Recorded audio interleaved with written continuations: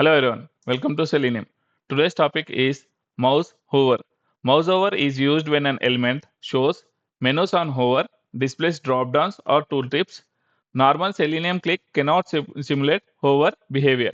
To handle mouse hover, Selenium provides action class which simulates real mouse movement like a user.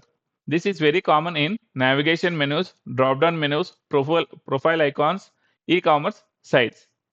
Here in the sample script, I am locating a menu element.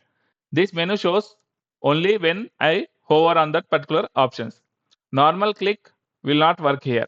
Now I am using actions class. Here if you see I am using action class to move the mouse to that particular element.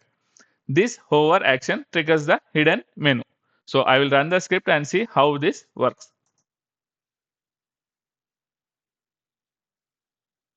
First login page is loaded. I enter username password and click on login. If you see hover is successful, it hovered on contacts. So contacts is highlighted. It has moved to that particular element. So this is how mouse hover is handled using actions class in Selenium. So I'll try to close the application. So let me recap. Hover simulates real mouse movements. Actions class is mandatory for hover based UI. If an element appears only on hover, actions is the solution. If click doesn't work, then you need to check whether that element has hover options.